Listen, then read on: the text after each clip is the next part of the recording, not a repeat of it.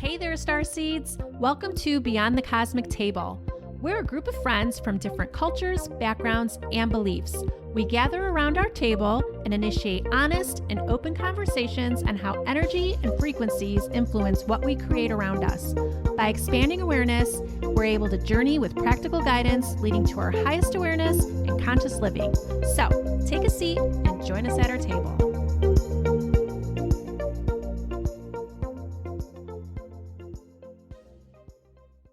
The dark night of the soul. What is it? What does it mean? Well, according to Google, there's the Roman Catholic description, a spiritual crisis in the journey towards union with God. There's also the Eckhart Tolle description, a collapse of a perceived meaning of life. The inner state in some cases is very close to what is conventionally called depression. And there are many other descriptions in between. Despite the variety of descriptions, this process that seems to take place at the beginning and during a spiritual awakening for many will look and feel different for everyone. In this episode, Avani and I share a bit about our journeys with what we feel were our dark night of the souls. There are similarities and differences in what we confronted, and as you will hear, we both feel we had more than one, and we may not be done. Kim, you want to talk about Dark Night of the Soul and when we've both had them and what it feels like and kind of the progression of life since then? Yeah, we've been talking about doing this for a while, so let's do it. Yeah, so I guess I'll tell everybody that the reason why we really started talking about this was very recently. I would say about April and May, I went through my most recent Dark Night of the Soul.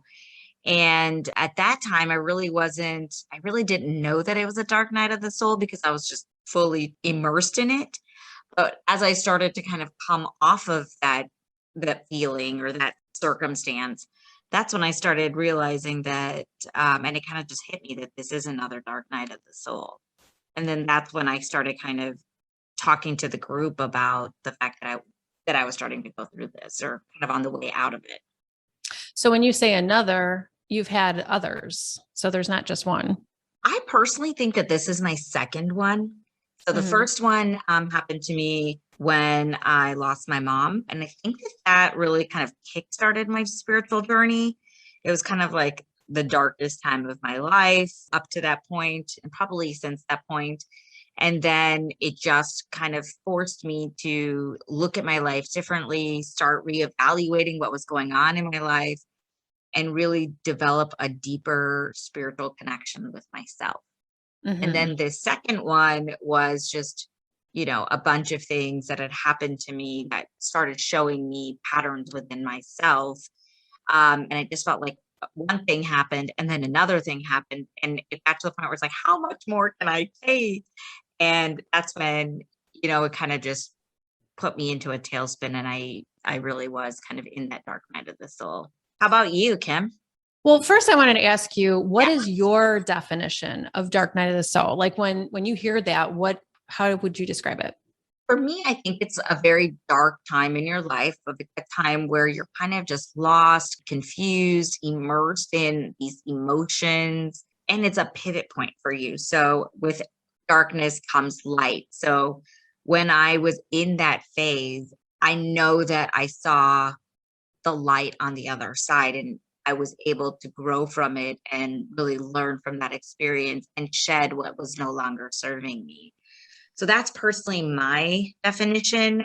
And I think it varies for people too. I don't know about what you would think, but it can last a couple of days to, I would even say, a couple of weeks. Mm-hmm. What do you think? Yeah. So you said that the first one was when you lost your mom. But you wouldn't say that you recognized in that moment that was a dark night of the soul. Just reflecting back, you realize like, oh yeah, I'm pretty sure that is what ignited my path. Right. And I think at that time, I wasn't even in my spiritual journey long enough to even recognize that it was called a dark night of the soul. Right. And after kind of learning more about what that is, I immediately knew that what I had gone through a few years before was a dark night of the soul. Okay. Well, for me, mine, I mean, I can go all the way back, honestly, to 2004 when something very significant happened in my life. I was nowhere near on my spiritual path at all. But in reflecting back, I feel like that was sort of like, I don't know, like a trigger. And I had many years after that where I was just very much lost and went through a lot of phases of depression and things like that. But I guess that particular event is what triggered like the very, very slow momentum to where I am today. And I shared this in my introductory podcast, kind of what my journey was and how like little seeds were planted along the way. And I think it was that kind of woke me up to recognizing those different seeds that were planted along the way and led me to different books and just opened my eyes to seeing things a different way. But it was such a slow progression. But I do think, I mean, that was just a very significant time in my life that really took my world and flipped it upside down. And it was just like a long journey from then until my true spiritual path really started, about 3 years ago. And then more recently, I had another one.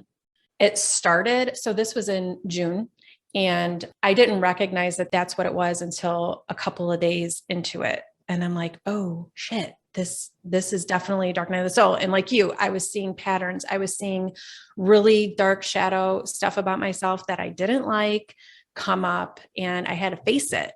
I had to take a long, hard look at myself and see what it was that I was doing that brought the situation that I was in that time to my reality. And I had to hold up a mirror. I had to see myself for who I was. I had to look at situations, things that I was doing, judgment and things like that. And it wasn't pretty. And it was, I felt a lot of shame in that moment, or in those, and during that time, I would say that it lasted probably like 2 or 3 days where I was going through that.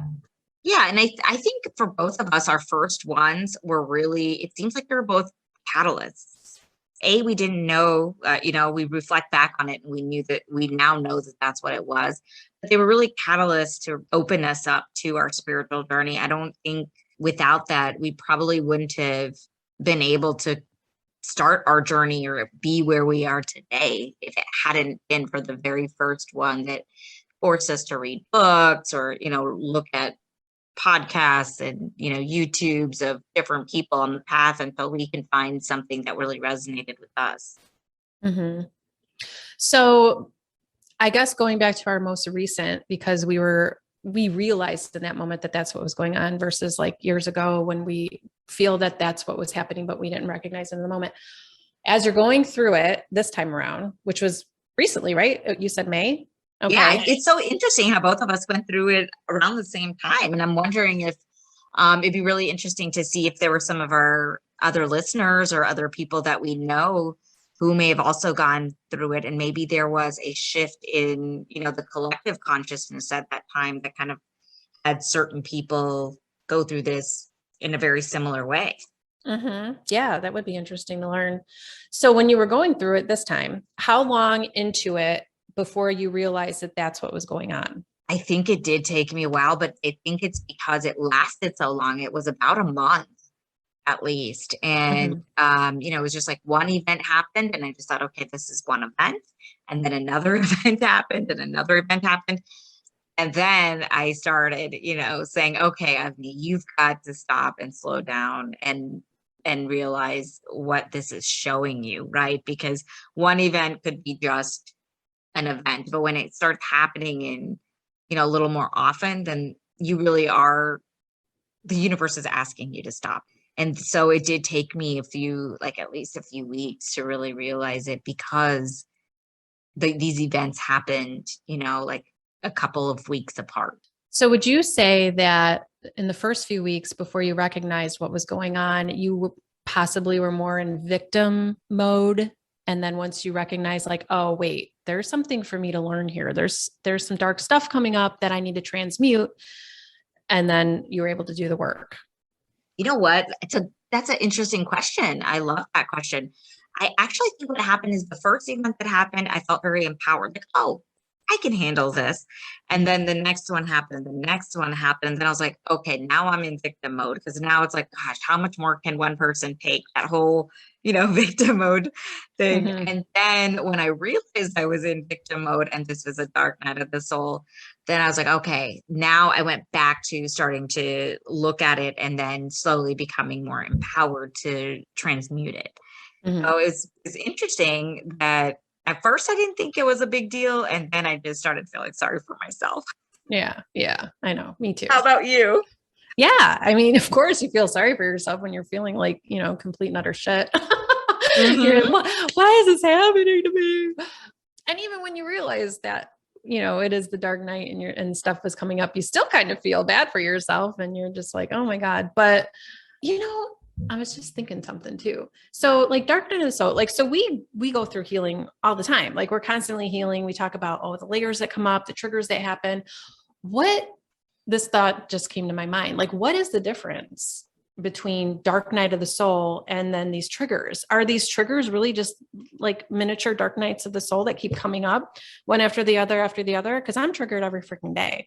I was just sharing with you before we started recording what triggered me today, and it wasn't even anything that serious. But when I came home, I talked to my partner about it because I gave him the example of what happened. I'm like, yeah, I left here in a really great mood, and then this, small little thing happened, and then it set my mood completely opposite of, feeling great. And then I talked through it with them, like, okay, what was coming up for me with this? Why did I see it this way? And like, would you say that was like a mini dark night of the soul, or what's the difference between those two when you're trying to when you discover something that triggered you and you're trying to transmute it and heal it so it doesn't happen again? Yeah, I think this is just like a layer, right? Where it's just like a quick, you need to reset and and you know it then, and you quickly can, kind of figure out, okay, it's coming from here, it's coming from fear, judgment, worry, anxiety, any of that stuff, right? Mm-hmm. Versus I feel like the depth of a dark night of the soul really causes that transformation, that huge transformation where it's like you'll never be the same again. Whereas, yeah, you may not always be the same again, but these are just different layers, day-to-day layers that we're trying to peel because, and who knows, you may be triggered again by something like this, right? But eventually it'll slow down versus a dark night of the soul. We're much better equipped to handle it so that we don't go back to that state of victimhood to the point that we did at that time, like for that type of situation. Yeah. What do you So think? yeah, I agree. Yeah, that makes sense. So for your dark night of the soul, the more recent one, you said it lasted about a month. It took you a couple weeks to figure out that that's what was going on. But then once you figured out that that's what was going on, and without getting into the details of it, because I'm sure it's personal, but just like when you discovered what was going on, how did you work through it to transmute it? And how are you today based on the work that you did to transmute it? Like, what's the difference between the Avani before that happened and the Avani today? I think the Avni today is better off knowing because a lot of what had happened wasn't even really related to me, but the people around me. And so it really questioned, me as a mom, me as a provider, me just as somebody who cares deeply for other people. And I think now I know that I don't need to carry that much of a burden. Like other people around me are also capable of having things happen in their life, and they are also capable of handling it. Mm-hmm. And, even my own kids. And it doesn't need to be, me worrying about it, right? They have their own path, they have their own journey that they're on. And as much as, of course, I'm there to support them and help them, I can't carry that burden for them. But I can show them the tools that they need to carry it or to transmute it themselves. And that way, once they leave this house and they become adults, they have a better, way of how to handle their own emotions, traumas, or, any instances that come their way. So I think I realized that sometimes, that you can't be responsible for that, not you. I will change that to I can't be responsible for situations that happen to other people. I can be there to support them, but not carry the weight and the burden of that. That's a good lesson to learn. So when you came out of that phase, that dark night of the soul and that lesson, how did you feel? How did you feel the next day when you recognized that you worked through it? And I don't even think it was like that next day. I don't, and we'll talk about how, about yours as well, because for me, it was a gradual shedding because it was so deep. It took me a while to kind of transmute it and kind of dig myself out of it per se. And now I feel so much better knowing that that things don't have to be in my control. I think as a mom, we want to not control things, but we want to protect our children. And there's certain things that we just can't protect our children from because there's things that they have to learn. There are things that they need to transmute and, get some kind of closure from. And so I realized also that that was me feeling that lack of control. And when I let go of that control, I felt extremely liberated and just free that, none of us are going to be carrying it. It's, but we're fully supported and guided through this. It's interesting that you brought up control because I feel like control was a big part of my last episode too. Without giving too much detail and personal information, it really was triggered by a situation where I did feel out of control and I wanted to control how things were going to go. I wanted it to be my way. And not only did it bring up that for me, but it also brought up all the reasons why I wanted it to go that way. The things that were coming up, the deep, dark shadows, programs and conditioning from just early childhood of my belief system and how I see things, how I judge things. And what I recognized from that whole thing after it brought all of that to the surface for me to see is that, oh my God, I could potentially lose something really spectacular in my life because of these things. I don't like that part of me. I don't like what I'm seeing. I don't like what I'm judging. I don't like how I'm feeling and why certain things bother me. But when you're brought up to believe certain things, it's you don't realize that that's what's going on, and then to experience a situation with someone that doesn't see things the same way as you. I know I'm being very vague here, but I'm trying to explain this without getting too personal. But yeah, I was seeing things very differently than someone else was seeing things.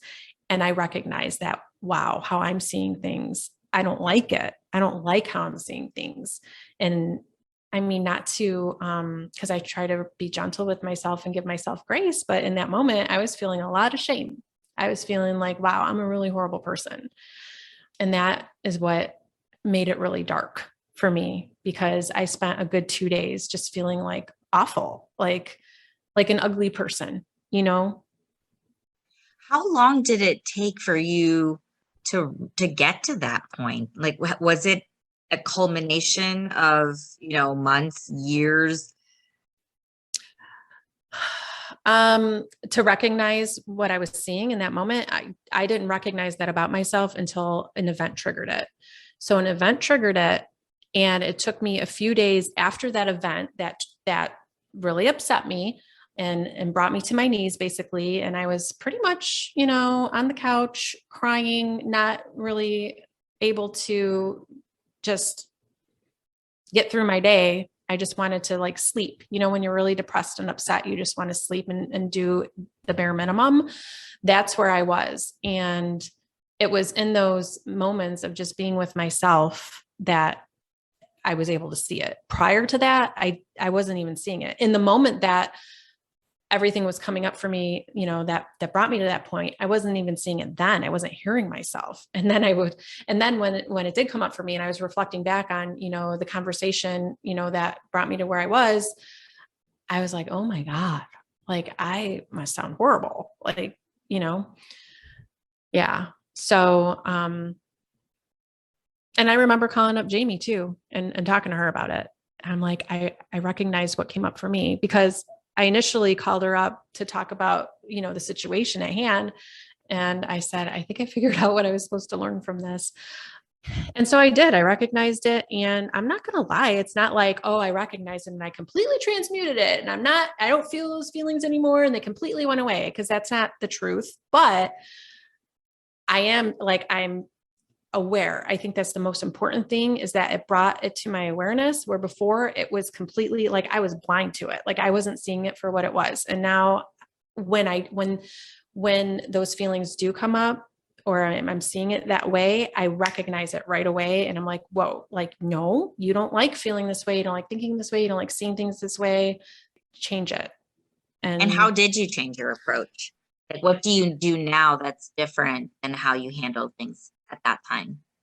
Well, first and foremost, I give myself grace right away because it does no good to sit and judge myself for feeling the feelings that I don't want to be feeling, but they're my feelings. And now I kind of like just take a step back and, again, I don't getting into too much detail of what I do with it I really don't feel like sharing all of what it was because it's quite personal, but really I look at it and I'm like, okay, this is still coming up for me. But what I recognize is that it's not coming up as strong.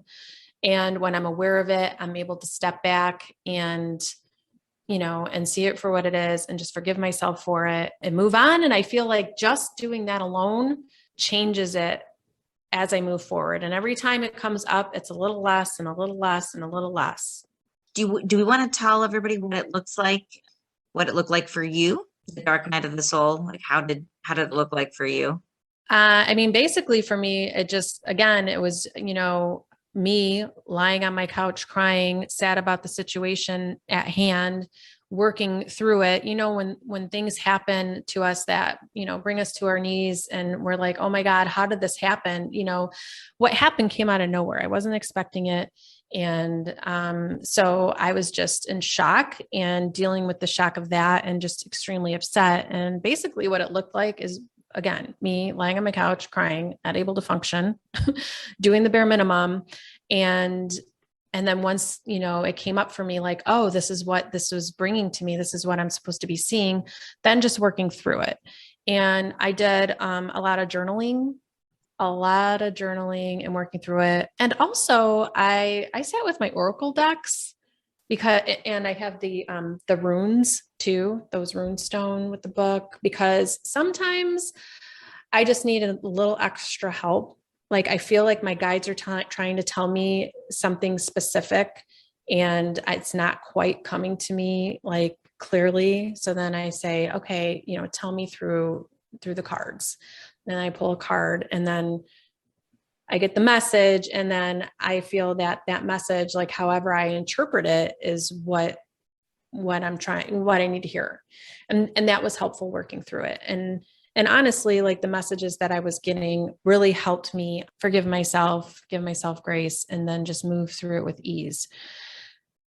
And it took, I don't know, I would say that I was in it for probably a couple of weeks. Mm-hmm. And then I eased out of it. Yeah. And I think both of our situations are different. So the dark night of the soul is going to look different and it's going to express differently for each of us, even the people that are listening to this podcast, because I'm, a wife and mom of teenagers. And so I didn't get as much downtime, which might be why it took me a little bit longer.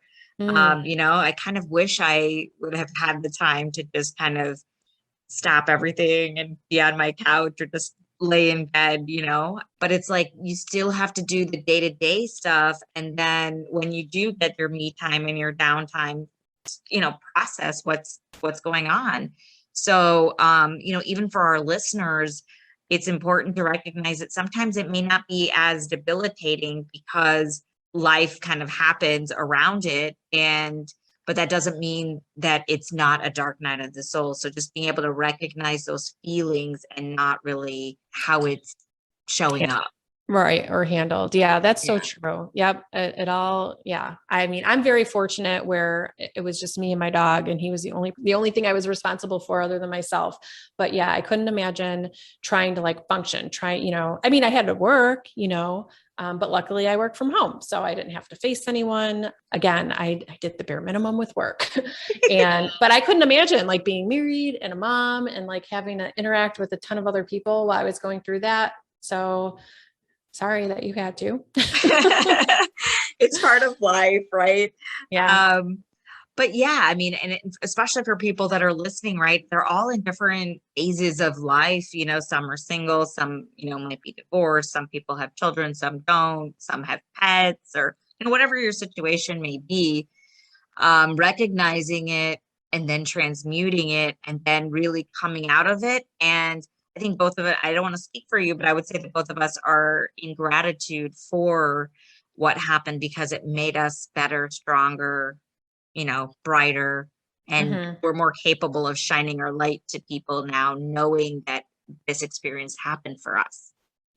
Totally. And, I just wanted to bring up one thing, only because I think if I was listening to this conversation a couple of years ago, I may need a better understanding of what we mean when we say transmute. So for listeners that maybe don't know what that exactly looks like, what did it look like for you to transmute that? It took me really, I'm really analytical too. So sometimes I have to stop my mind and go down into my heart space and, not think so much about it, but really come from my heart instead. So I would sit with it and kind of ask, either through meditation or just through, like my intuition, my guidance, what is it showing up for me? And I would get what it was, right? It was that let go, relinquish the control, things are happening for a reason. You don't really need to know the why or the how, but you just need to know that it's happening for a reason, and that it's up to you to find it and to, again, start looking at it from a higher level perspective. And I think that's the biggest thing about transmuting it. It's when you can shift from, like we talked about earlier, the victim mode to, now I can see why it's happening, what the purpose is, and how I can take this and make myself better, right? It's almost a form of alchemy when you can take something negative and really create something beneficial for you in the long run. Totally. Yeah. And would you agree that you feel lighter on the other side? Much lighter, much lighter. How about you? Yes. That's the takeaway from all this, is when you get through it all, you feel much lighter, even though it might still come up here and there and show itself. I just think just being in your awareness that it's there and how to deal with it just makes all the difference. Knowing that you are capable of handling it. We've all come here with all the tools that we need to be able to handle it and really process, transmute, and come out on the other side. So there may be times when, you might feel like you're lost and don't know how to do it, but have that community, have those friends, and just really reconnect with yourself, and you can start to recognize ways in which you can come out of it. Definitely. Awesome. Well, I think this was a really great conversation to share. That might not be the last one that comes up for us. We might have more. So at least we know that through it, we come out better and stronger. Right on. We wanted to be as open and vulnerable as possible with our very personal experiences. We hope sharing with you has helped shed some light for those that have wondered what this process may look like. Maybe you're reflecting back on some significant events in your life and feel that may have been your dark night of the soul.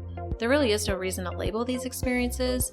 They simply help transmute and heal the lower energy that guides us to higher states of being. There is no comparison for the pain and suffering one may endure. It just is.